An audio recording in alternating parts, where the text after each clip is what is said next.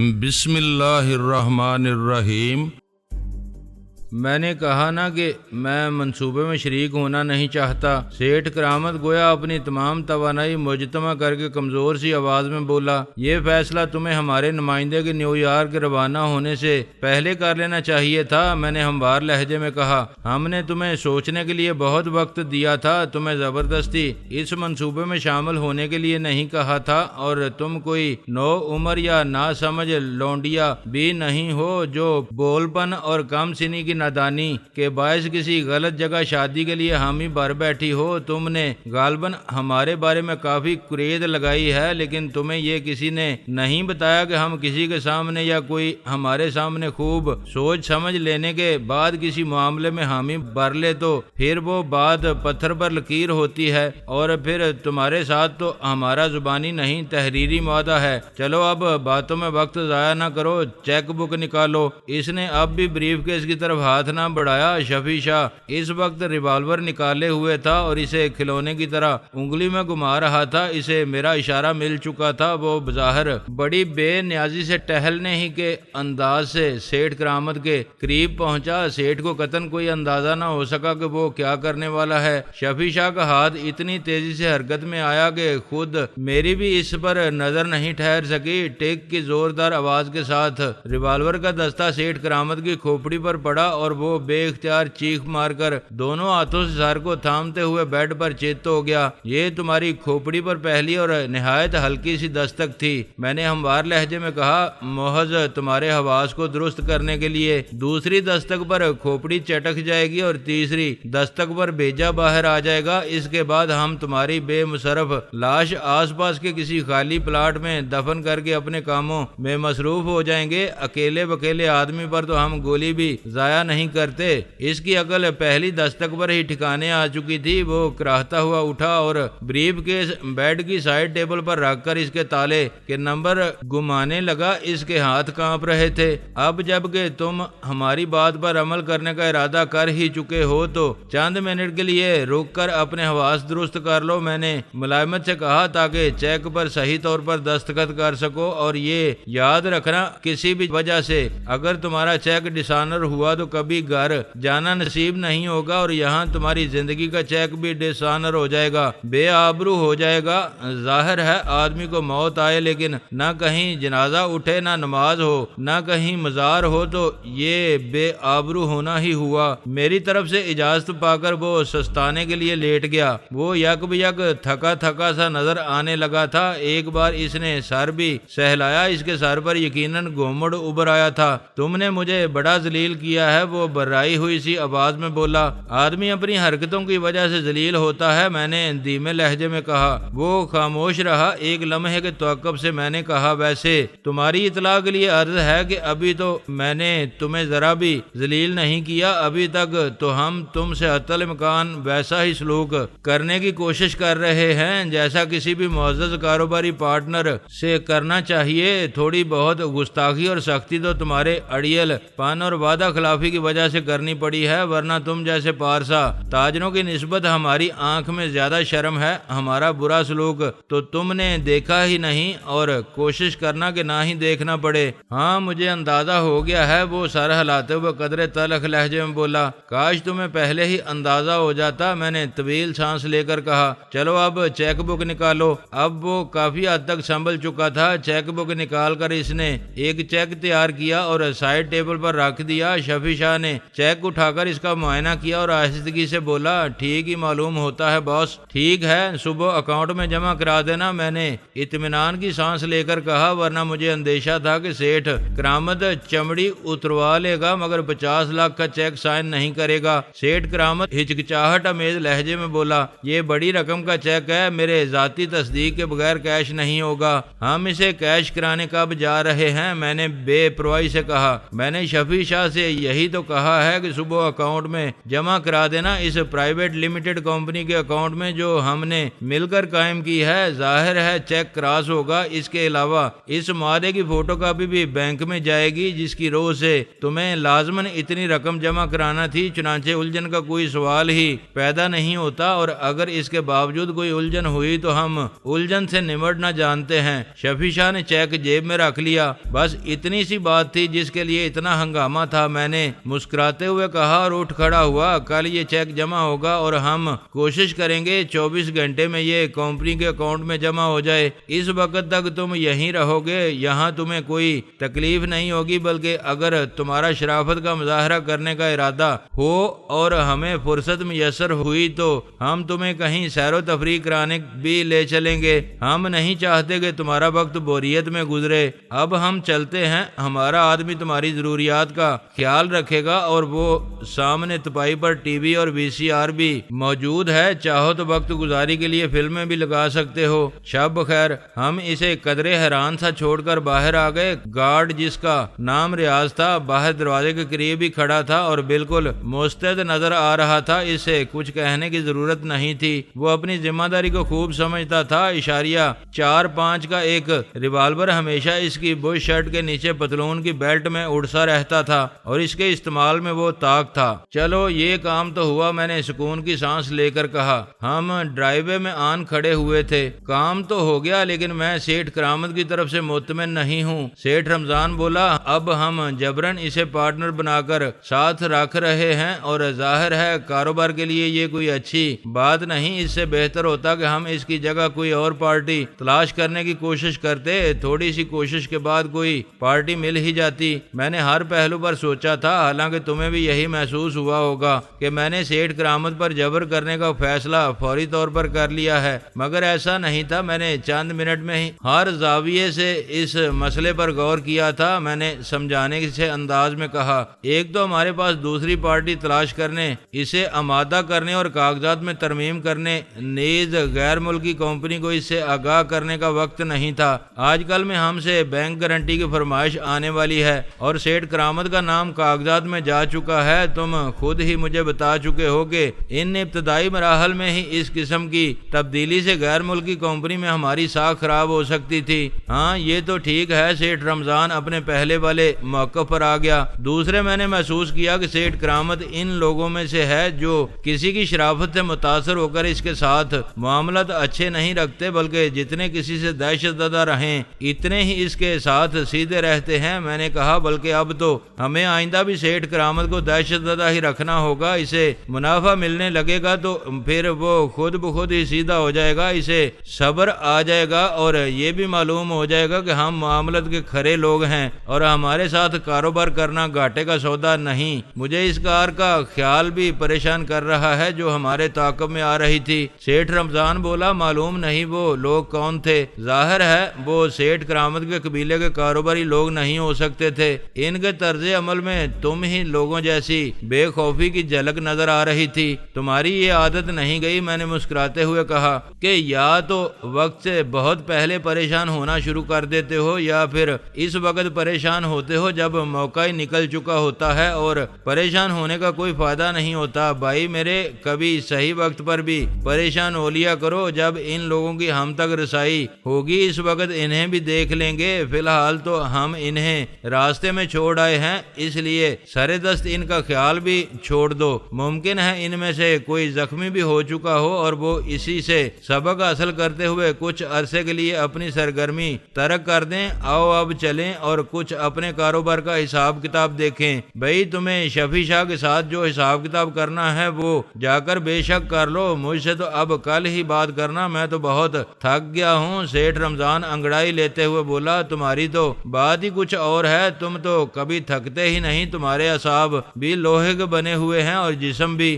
بڑی سختیاں جھیل کر ہم ایسے بنے ہیں سیٹھ صاحب۔ میں نے اس کا کندھا تھپک کر دوستانہ انداز میں اس کا بازو دبایا۔ وہ کرا اٹھا اور بازو چھڑاتے ہوئے بولا، دیکھو یار، اپن کو یہ فولادی ہاتھ مت دکھایا کرو، اپن ہیں آدمی دوسری طرح کے، جو کچھ کہنا ہے منہ سے کہو۔ ہائے سیٹھ رمضان، میں نے آہ بھر کر کہا، جی چاہتا ہے کہ کبھی تمہیں بازوؤں میں لے کر شفقت اور محبت سے خوب بھینچوں۔ وہ دن میری زندگی کا آخری دن ہوگا۔ سیٹھ رمضان نے قدرے ترنم سے ایک فلمی گانے کا بول گنگنانے کی کوشش کی۔ وہ عمر میں مجھ سے کافی بڑا تھا، مگر کبھی کبھی واقعی مجھ سے ایک بولا بالا سا نوجوان لگتا تھا۔ بظاہر اتنا سیدھا سادہ ہوتے ہوئے بھی کم وقت نے معلوم نہیں کیوں کر اتنی دولت کما لی تھی، اور وہ بھی ابتدا میں ہماری ہی لائن سے۔ اچھا چلو، ہم تمہیں چھٹی دے رہے ہیں، میں نے کار میں بیٹھتے ہوئے کہا۔ تمہیں تمہارے گھر ڈراپ کر کے میں اور شفیع شاہ ہوٹل چلے جائیں گے۔ سیٹھ رمضان کا گھر ڈیفنس میں ہی تھا، اسے اس کے گھر ڈراپ کر کے میں اور شفیع شاہ کچھ دیر بعد ہوٹل پہنچ گئے۔ پہلے ہم نے ڈائننگ ہال میں بیٹھ کر پرتکلف کھانا کھایا، پھر میں شفیع شاہ کو ساتھ لیے اپنے کمرے میں آ گیا۔ ہم نے رات گئے تک بیٹھ کر حساب کتاب کیا۔ شفیع نے تمام اہم واقعات سے مجھے آگاہ کیا، بعض ضروری معاملات میں مجھ سے مشورہ طلب کیا۔ اس کی رپورٹیں بے حد تسلی بخش تھیں۔ کراچی میں میرا کام بہت پھل پھول رہا تھا۔ شفیع شاہ کی کارکردگی بہت زبردست تھی۔ میں نے اسے تقریباً پارٹنر کی سی حیثیت دے رکھی تھی اور اس نے اپنے آپ کو اس پوزیشن کا اہل ثابت کر دیا تھا۔ رات گئے وہ رخصت ہو گیا۔ اہم ترین کاغذات کی ایک نہایت مختصر سی فائل اس کے پاس تھی۔ ہم جب کاروباری میٹنگ کے لیے بیٹھتے تھے تو صرف اس فائل کی مدد سے سارا حساب کتاب اور تبادلہ خیال ہو جاتا تھا۔ اس فائل میں نہایت اختصار کے ساتھ ہر چیز کاغذات پر موجود ہوتی تھی۔ شفیع شاہ کے جانے کے بعد میں نہایت طمانینت اور آسودگی کی نیند سو گیا۔ کراچی میں اپنے کاروبار کی تازہ ترین پوزیشن جاننے کے بعد مجھے بے حد اطمینان ہوا تھا اور اسی لیے مجھے نیند اچھی آئی تھی۔ سیٹھ کرامت والے مسئلے پر میں زیادہ پریشان نہیں تھا۔ مجھے معلوم تھا کہ میں نے اب انگلیاں تھوڑی سی ٹیڑھی کر لی ہیں تو گھی نکل ہی آئے گا۔ دوسری صبح میں دیر تک سوتا رہا۔ سیٹھ رمضان اور شفیع شاہ حسب پروگرام میرے پاس دن چڑھے آئے۔ دوپہر کے کھانے کے بعد ہمارا سمندر کی سیر کو جانے کا پروگرام تھا۔ سیر سے تو ظاہر ہے ہمیں کم ہی دلچسپی تھی۔ دراصل ہمارے کاروبار کی ایک شاخ جھینگوں کی تجارت بھی تھی۔ جھینگے پکڑنے کے لیے ہمارے پاس 2 ٹرالر پہلے ہی سے موجود تھے۔ شفیع شاہ نے پچھلے دنوں ایک نیا ٹرالر خریدا تھا، وہ مجھے اس کا معائنہ کرانا چاہتا تھا۔ اس میں بیٹھ کر ہمیں گہرے پانیوں کی طرف جانا تھا۔ اس طرح ایک تو میں ٹرالر کو بھی پرکھ لیتا اور اس بہانے کچھ سمندر کی سیر بھی ہو جاتی۔ شفیع شاہ کسی بھی نئی چیز کی خریداری کرتا تھا تو میرے انکار کے باوجود مجھے اس کا معائنہ ضرور کراتا تھا۔ ٹرالر کے معائنے کے سلسلے میں تو خیر میں نے انکار بھی نہیں کیا تھا۔ میں نے سوچا تھا چلو اس بہانے تھوڑی دیر کے لیے ایڈونچر کی دنیا میں ہی جھانک لیں گے۔ کافی عرصے سے ایڈونچر کی دنیا سے میرا رابطہ ٹوٹا ہوا تھا۔ میں تو کافی حد تک دفتری سا ہی آدمی ہو کر رہ گیا تھا اور میں نہیں چاہتا تھا کہ مکمل طور پر دفتری سانچے میں ہی ڈال جاؤں۔ شفیع شاہ نے ٹریلر فشریز سے کماڑی منگوایا ہوا تھا۔ ہمیں اس پر کماڑی سے ہی سوار ہونا تھا۔ اس میں کوئی شک نہیں تھا کہ ہمارے ٹریلر جھینگے کے شکار میں استعمال ہو رہے تھے اور اس کام میں خاطر خواہ منافع دے رہے تھے۔ لیکن رات کی تاریکیوں میں جب کبھی ادھر ادھر سے ہمارا کچھ سامان آنا ہوتا تھا تو وہ بھی انہی ٹرالوں پر آتا تھا۔ دوپہر کے کھانے تک ہم لوگ گپ شپ کرتے رہے۔ کھانا ہم نے ہوٹل کے ریسٹورنٹ میں ہی کھایا۔ شفیع شاہ نے بتایا کہ سیٹھ کرامت کا دیا ہوا چیک کمپنی اکاؤنٹ میں جمع کرا دیا گیا ہے اور کوئی امید ہے کہ وہ زیادہ سے زیادہ 2 دن میں کلیئر ہو جائے گا۔ چیک کمپنی کے اکاؤنٹ میں کریڈٹ ہو جانے کے بعد ہمیں سیٹھ کرامت کو رہا کر دینا ہے۔ میں نے گویا شفیع شاہ کو یاد دلایا۔ اس نے صرف اسبات میں سر ہلانے پر اکتفا کیا۔ ہوٹل سے نکلتے وقت دفعتاً مجھے ایک خیال آیا۔ میں نے شفیع شاہ سے کہا یار سیٹھ کرامت کو بھی ساتھ لے لیتے ہیں۔ مجھے تو اس کے بارے میں سوچ کر اس پر ترس آ رہا ہے۔ بیچارہ اداس بلبل کی طرح اس کمرے میں مقید بیٹھا ہوگا۔ بہرحال وہ ہمارا پارٹنر ہے۔ تھوڑا سا بہک گیا تو کیا ہوا، ہمارے طفیل وہ بھی تھوڑی سی تفریح کر لے گا، ورنہ اس کی زندگی میں تفریح کا کیا دخل۔ مت بھولو کہ ہم نے اسے حبس بے جا میں رکھا ہوا ہے۔ رمضان نے گویا مجھے خبردار کیا اگر اس نے راستے میں کہیں شور مچا دیا یا کسی اور طریقے سے کسی کو اپنی طرف متوجہ کر کے یہ احساس دلا دیا کہ ہم جبرن اسے ساتھ رکھے ہوئے ہیں تو ہمارے لیے الجھن کھڑی ہو سکتی ہے۔ ابھی تو چیک بھی ہمارے اکاؤنٹ میں جمع نہیں ہوا۔ میں نے مربیانہ انداز میں رمضان کا کندھا تھپ تھپایا۔ سیٹھ کرامت کو ایک ہی رات میں اندازہ ہو گیا ہوگا کہ اس کا واسطہ کس قسم کے لوگوں سے ہے اور اسے یقیناً اپنی زندگی بہت ہی زیادہ عزیز ہے۔ یہ کام تم اپنے رسک پر کرو گے؟ سیٹھ رمضان کندھے اچکا کر بولا۔ اس میں میری اور شفیع کی رائے شامل نہیں ہے۔ کیوں؟ شفیع؟ اس نے تائید رسائی طلب انداز میں شفیع کی طرف دیکھا۔ میری رائے ہمیشہ صرف وہی ہوتی ہے جو باس کی رائے ہوتی ہے۔ شفیع دھیمے لہجے میں بولا، ایک تو یہ تمہاری حد سے بڑی ہوئی وفاداری کہیں تمہیں مروا نہ دے، اور ساتھ تمہارے باس کو بھی۔ سیٹھ رمضان مصنوعی خفگی سے منہ بنا کر بولا، وفاداری انسان کو کبھی نہیں مرواتی، بے وفائی مرواتی ہے۔ شفیع شاہ نے دھیمے مگر گہرے لہجے میں کہا، ایک تو اس نوجوانی میں تمہارے جسم میں کوئی بوڑھی روح حلول کر گئی ہے۔ سیٹھ رمضان گویا صدمے کی شدت سے سر پر دہتڑ مار کر بولا، چھوڑ اس بحث کو، آؤ چلیں۔ ہم اس وقت پارکنگ لاٹ میں ہی کھڑے تھے۔ شفیع شاہ نے ہمیں گاڑی میں بٹھایا اور خود ڈرائیونگ سنبھال لی۔ پہلے ہم ڈیفینس پہنچے۔ گارڈ مستعدی سے اپنی ڈیوٹی انجام دے رہا تھا۔ اس نے کمرے کے دروازے پر ہی ہمیں بتا دیا تھا کہ سب ٹھیک ٹھاک ہے۔ اندر سیٹھ کرامت بیڈ پر گاؤ تکیے سے ٹیک لگائے سر کے نیچے دونوں ہاتھ رکھے کچھ اس انداز میں لیٹا ہوا تھا جیسے ہسپتال کے کسی وارڈ میں کوئی صابر و شاکر قسم کا مریض لیٹا ہو۔ اس کا چہرہ کچھ اترا سا تھا۔ کہو وقت خیریت سے گزرا؟ تمہیں کوئی تکلیف تو نہیں ہوئی؟ میں نے ملائمت سے پوچھا۔ اس نے کوئی جواب نہ دیا، خالی نظروں سے میری طرف دیکھتا رہا۔ اب وہ نہ تو پریشان نظر آ رہا تھا اور نہ ہی مزاحمل، شاید اس نے اپنے آپ کو حالات کے رحم و کرم پر چھوڑ دیا تھا۔ آؤ تمہیں تھوڑی سی آؤٹنگ کے لیے لے چلیں، میں نے اسے باہر چلنے کا اشارہ کرتے ہوئے کہا۔ نہیں، میں یہیں ٹھیک ہوں۔ اس کے لہجے میں خوف جھلک آیا۔ ارے تمہیں کیا ہوا بھائی؟ میں نے حیرت سے کہا، کل تک تو تم اچھے بھلے سر اٹھا کر بات کر رہے تھے، آج خوفزدہ کیوں نظر آنے لگے؟ کسی نے تمہیں کچھ کہا ہے کیا؟ اس نے نفی میں سر ہلایا۔ تو پھر آؤ، میں نے اس کے ہاتھ پکڑ کر اسے بستر سے اتارتے ہوئے کہا، میں تو تمہارے ساتھ دوستوں کی طرح پیش آنے کی حتی المقدور کوشش کر رہا ہوں۔ آج ہم ذرا سیر کے لیے جا رہے ہیں، میں نے سوچا تمہیں بھی ساتھ لے لیں۔ وہ بستر سے اٹھ کر ہمارے ساتھ دروازے کی طرف بڑھا۔ میں نے شفیع شاہ سے کہا، بھائی احتیاطاً چند منٹ کے لیے ایک بار پھر سیٹھ صاحب کی آنکھوں کو ڈھانپ دو۔ ایک تجربے کے بعد اب ہمیں ان پر زیادہ بھروسہ نہیں رہا۔ کیا خبر کل کو پھر ان کی نیت بدل جائے اور یہ کسی کو اس مکان کا محل وقوع سمجھانے کی کوشش کرنے لگیں۔ شفیع شاہ نے ایک موٹی سیاہ پٹی اس کی آنکھوں پر باندھ دی۔ آنکھوں پر محض سیاہ پٹی کا باندھ جانا بھی نفسیاتی طور پر بے حد خوف کا باعث ہوتا ہے۔ سیٹھ کرامت میرا ہاتھ تھام کر دروازے کی طرف بڑھتے ہوئے قدرے لرزتی آواز میں بولا، دیکھو جہاں تک رقم کا تعلق ہے تو میں نے چیک تمہیں دے دیا ہے۔ وعدہ خلافی مجھ سے ضرور سرزد ہوئی ہے، لیکن اس کے لیے میں سخت شرمندہ ہوں اور تمہیں یقین دلاتا ہوں کہ آئندہ میں جب بھی کوئی وعدہ کروں گا اسے ضرور پورا کروں گا، خواہ کچھ بھی ہو جائے۔ اس صورت میں اب تمہیں میری جان کو بخش دینا چاہیے۔ مجھے مار کر تم لوگوں کو کیا مل جائے گا؟ وہ واقعی دہشت زدہ ہو چکا تھا۔ دوسرے لفظوں میں یہ بھی کہا جا سکتا تھا کہ وہ راہ راست پر آ چکا تھا۔ میں نے اس کا کندھا تھپکتے ہوئے کہا، ہمارا تمہیں مارنے کا قطعاً کوئی ارادہ نہیں۔ ہم خون ریزی کو پسند نہیں کرتے۔ اگر خون کا ایک قطرہ بہائے بغیر ہی مقصد حاصل ہو سکتا ہے تو خون ریزی کی ضرورت ہی کیا ہے؟ تم اطمینان رکھو، ہم تمہیں واقعی تفریح کرانے کے لیے لے جا رہے ہیں۔ کل یا زیادہ سے زیادہ پرسوں تک تمہیں رہائی بھی مل جائے گی، لیکن اب راستے میں کسی غیر ذمہ داری یا حماقت کا ثبوت دے کر اپنی اس متوقع رہائی کو موت میں نہ بدل لینا۔ نہیں، میں کوئی غلط حرکت نہیں کروں گا، وہ جلدی سے بولا۔ باہر ڈرائیو وے میں آ کر ہم نے اسے گاڑی میں بٹھایا اور رنگین شیشے چڑھا دیے۔ ہمارے گارڈ نے مستعدی سے سلوٹ کیا اور گیٹ کھول دیا۔ گاڑی مین کلفٹن روڈ پر آ گئی تو میں نے سیٹھ کرامت کی آنکھوں سے پٹی اتروا دی۔ اس نے طویل سانس لی اور سیٹ کے پشتے سے ٹیک لگا کر بیٹھ گیا۔ اب وہ کچھ مطمئن نظر آ رہا تھا۔ سڑک پر ٹریفک رواں تھا، موسم بے حد خوشگوار تھا اور فضا میں ایک عجیب سا سکون اور ٹھہراؤ تھا۔ میں غیر محسوس طور پر بار بار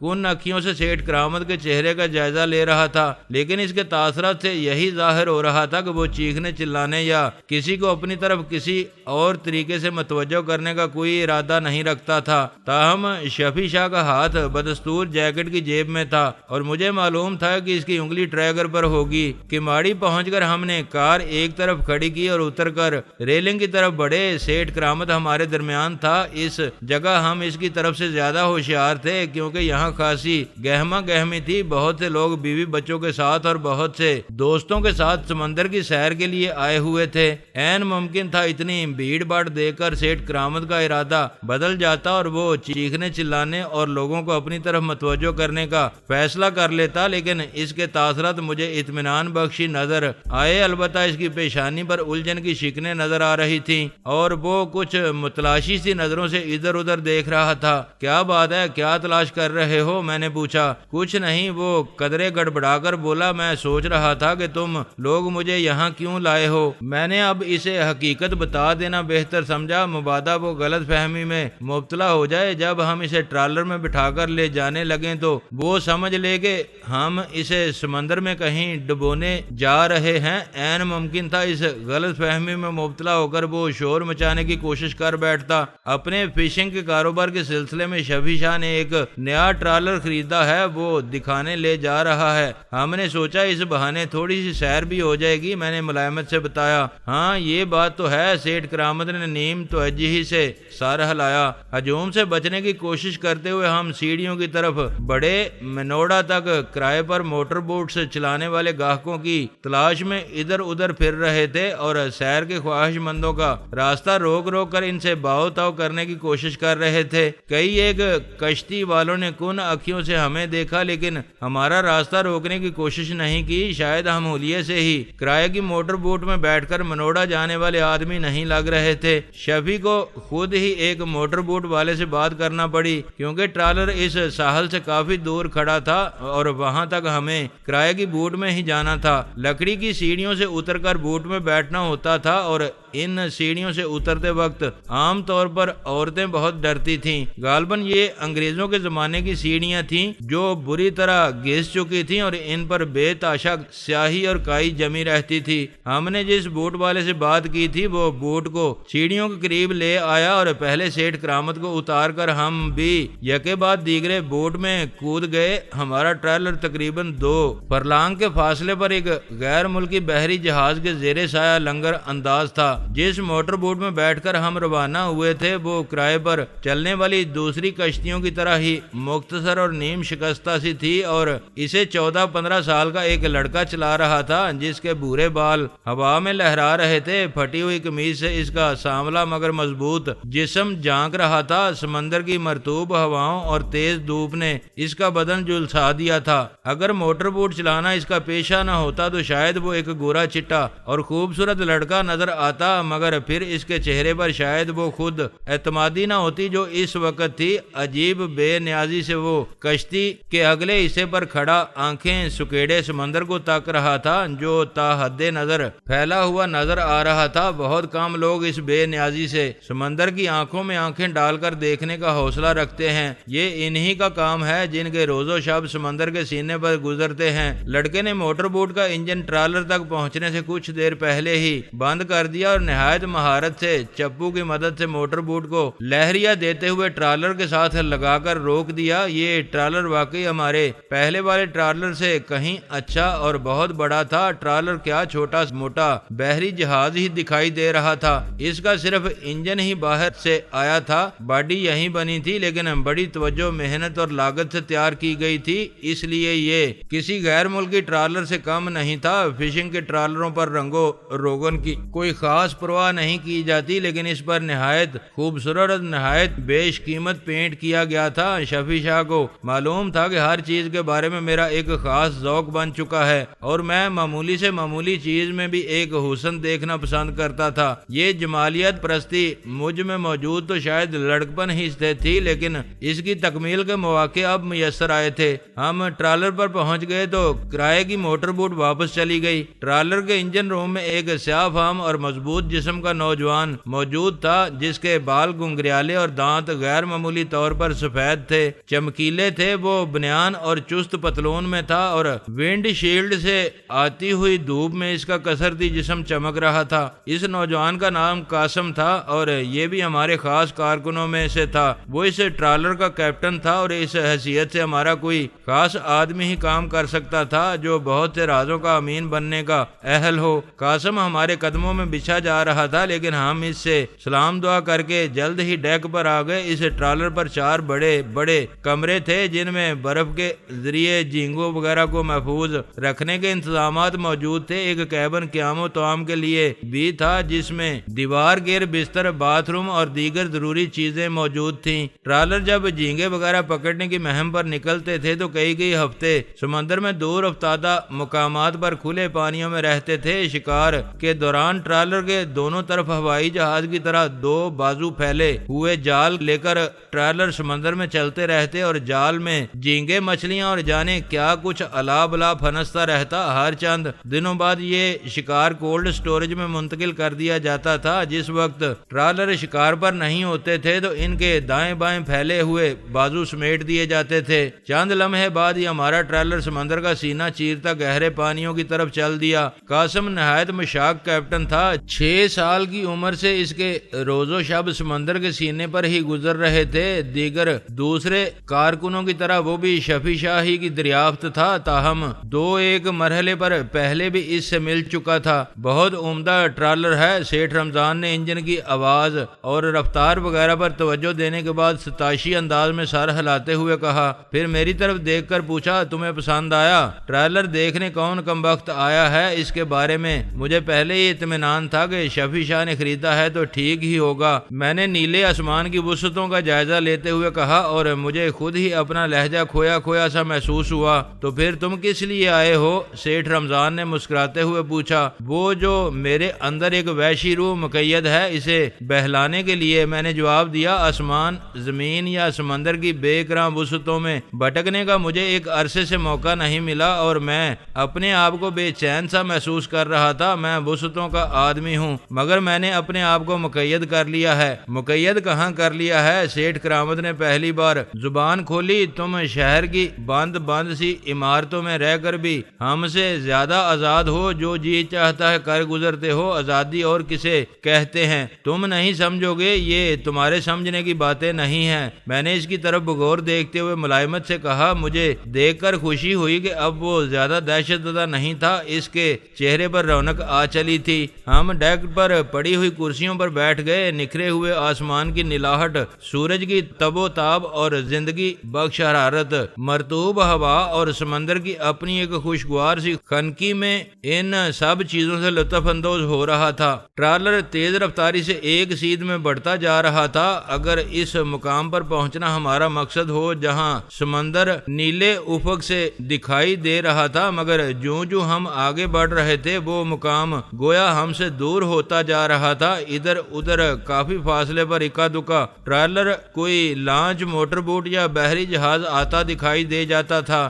تقریباً 1 گھنٹے کے سفر کے بعد ہم اتنی دور نکل آئے کہ اکا دکا لانچیں وغیرہ بھی نظر آنی بند ہو گئیں۔ کرائے کی لانچوں وغیرہ میں سیر کرنے والے یہاں تک آتے نہیں تھے اور فشنگ اس طرف ہوتی نہیں تھی۔ اس بے مقصد سفر سے تو اچھا تھا کہ تم مجھے اپنے اس آرام دہ قید خانے میں ہی لیٹا رہنے دیتے۔ سیٹھ کرامت جماہی لے کر بولا، تمہیں قدرت نے وہ حص ہی نہیں دی کہ تم ان عظیم الشان اور مبہوت کر دینے والے نظاروں سے محظوظ ہو سکو۔ میں نے ترہم امیز سی نظروں سے اس کی طرف دیکھا۔